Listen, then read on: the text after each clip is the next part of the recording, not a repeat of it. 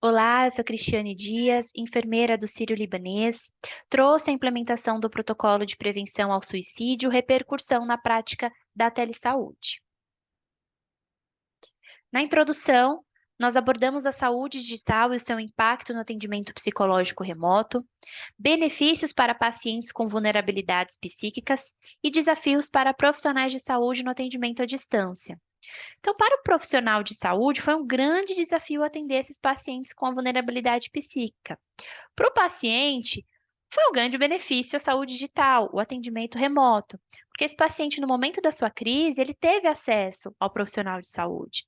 Diferente de um paciente que está em uma crise, ele tem que ter a motivação para chegar até um atendimento de saúde, né? Para o profissional de saúde, não. Além dele ter que esse desafio de atender o paciente no momento de uma crise, ele também teve que ser e ter esse desafio de conseguir, através de um atendimento remoto, mapear um possível risco suicida.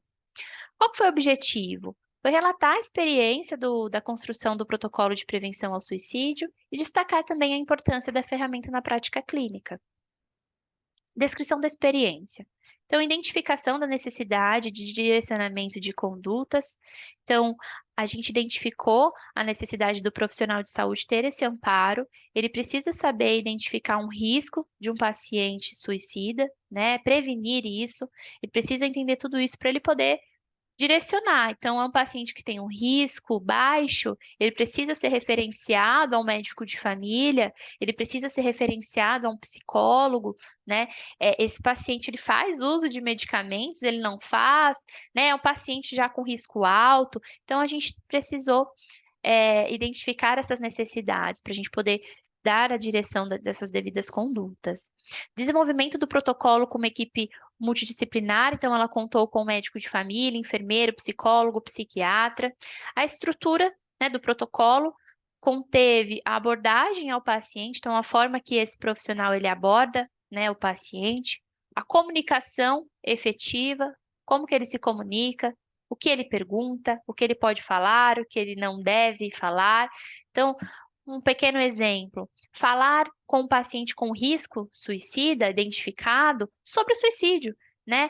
Existia um paradigma que não podia falar sobre suicídio com o paciente nessa situação, porque isso poderia aumentar a probabilidade desse paciente cometer o ato. E foi comprovado que não, pelo contrário, a gente falar sobre esse assunto, o profissional falar sobre esse assunto com o paciente, ele abre um local seguro, empático, para que esse paciente possa desabafar e falar sobre isso. Ele vai se sentir muito mais aliviado quando ele enxerga, ele vê possibilidade de falar sobre isso que está angustiando tanto ele. Avaliação e manejo do paciente com risco suicida. Então, esse profissional ele deve avaliar esse paciente, ele tem que saber manejar esse paciente, fazer referenciamento para a atenção primária desse paciente, saber conduzir também quando é um paciente que está com risco muito iminente e precisa ir para um atendimento emergencial. Classificação de risco, né? Foi dividida em 3 classificações, e as particularidades da telesaúde que existe, né? A gente está falando de atendimento à distância, como que a gente atende um paciente com risco alto, o que que a gente deve fazer? A gente não está ali olhando esse paciente, a gente não está ali dentro de um serviço de saúde onde ele pode ser internado até que saia dessa crise. Então, existiu particularidades dentro da telesaúde.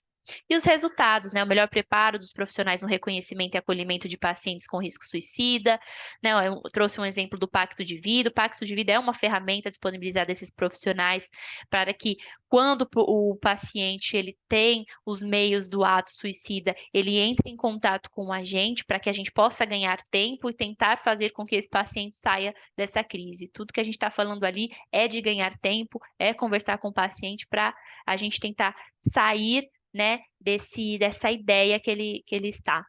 E a validade e a autenticidade do protocolo confirmada, né? Então, trouxeram que eles se sentiram muito mais seguros, muito mais preparados para atender esses pacientes dentro dessas vulnerabilidades. Então, é isso. Muito obrigada a todos. Até mais.